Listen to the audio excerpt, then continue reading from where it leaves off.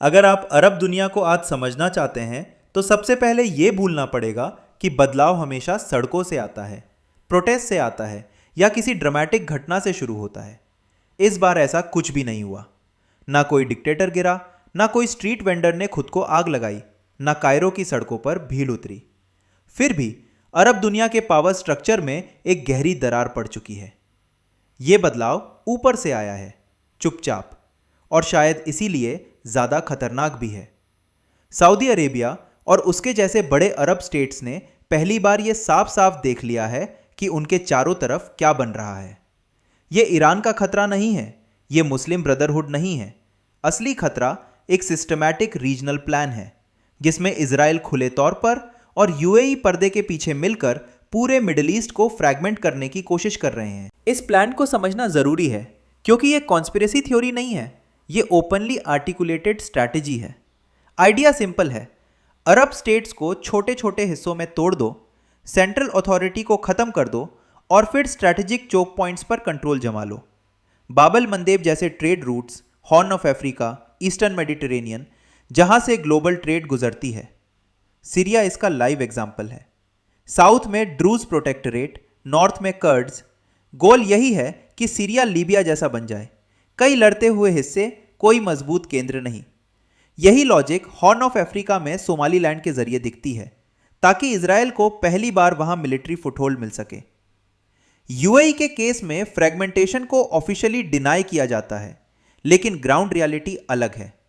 Sudan में civil war हो, Yemen में सेपरेटिज्म हो, हर जगह वही पैटर्न दिखता है। यमन इस पूरी स्ट्रैटेजी का सबसे इंपॉर्टेंट पीस था।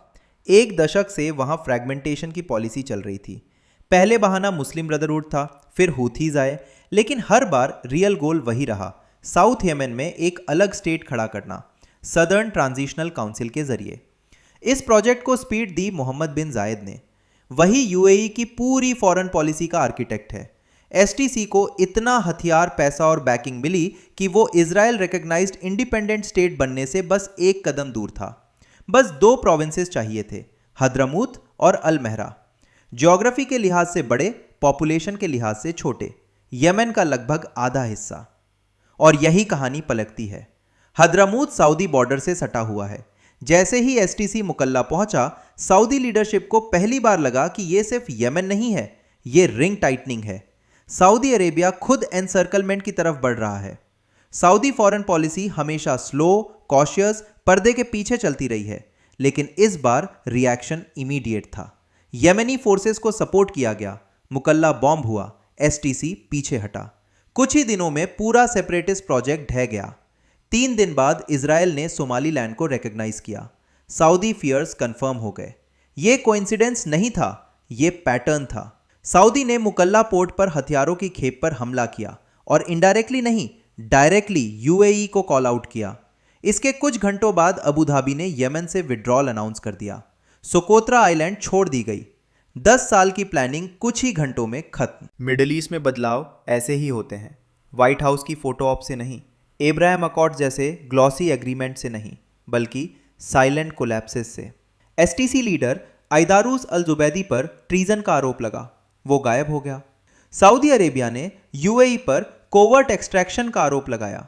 सऊदी सोशल मीडिया, जो आमतौर पर टाइटली कंट्रोल रहता है, अचानक एग्रेसिव हो गया। मैसेजिंग साफ थी, अब डेविल ईरान नहीं था, डेविल MBZ था। यह कोई टेम्परेरी डिसएग्रीमेंट नहीं है, यह टर्मिनल रप्चर है। सबसे आयरॉनिक बात यह है कि मोहम्मद बिन सलमान का राइज खुद MBZ की देन था। वही उसे वॉशिंगटन ले गया, ट्रंप क्लैन से मिलवाया। इजराइल फ्रेंडली बनने की पूरी स्ट्रैटेजी उसी ने बनाई। नेतन्याहू से सीक्रेट मीटिंग्स उसी ने अरेंज कराई। लेकिन मेंटर और पिल्प दोनों पावर हंग्री हैं। टकराव इनविटेबल था। सऊदी लीडरशिप नैतिक रूप से नहीं बदली है। ह्यूमन राइट्स उन्हें अब भी डिस्टर्ब नहीं करते। जमाल खशोगी के मास्टरमाइंड आज भी इन्फ्लुएंशियल है। फर्क सिर्फ इतना है कि सऊदी रूलिंग एलीट ने फाइनली समझ लिया है ये प्लान उनकी सॉवरेनिटी के खिलाफ है, और सऊदी अरेबिया के लिए सॉवरेनिटी एब्सोल्यूट रेड लाइन है। यूएई की पॉपुलेशन छोटी है, 10 मिलियन में से सिर्फ 1 मिलियन सिटीजन्स। सऊदी के पास 35 मिलियन है। MBZ जानता है कि सऊदी से खुला कॉन्फ्लिक्ट सुइसाइड होगा। इस शिफ्ट का मतलब ये नहीं कि ट्रंप पावरलेस हो गया है या नेतन्याहू रुक जाएगा। अमेरिका अभी भी प्रेसिडेंट्स किडनैप कर सकता है, ईरान को बॉम्ब कर सकता है, ग्रीनलैंड में ट्रूप्स उतार सकता है, गाजा, लेबनान, सीरिया में वॉर्स जारी रह सकती हैं। लेकिन जो वे नहीं कर सकते वो है कॉन्सिक्वेंसेस को कंट्रोल करना। अमेरिका और इजराइल ने हर बैटल जीती है लेकिन हर वॉर हारी है। इराक इसका सबसे बड़ा एग्जाम्पल है। ओवर रीच अब स्ट्रक्चरल बन चुका है। सऊदी अरेबिया को इजराइल जैसा जवाब देने की जरूरत नहीं है। उसे बस इतना करना है कि रीजन में यूएई और इजराइल के लिए कॉस्ट बढ़ा दे। केओस फैलाना अब मोनोपोली नहीं रह गया है। ट्रंप का यह सोचना कि वेनेजुएला से तेल छीनकर उसी पैसे से उसे अमेरिकन गुड्स खरीदने पर मजबूर किया जा सकता है, पावर इंटॉक्सिकेशन है। वेनेजुएला इराक से दोगुना बड़ा है, जंगलों से भरा है, लोग आर्मेड हैं। ट्रंप और नेतन्याहू को लगता है कि वे जो चाहें कर सकते हैं।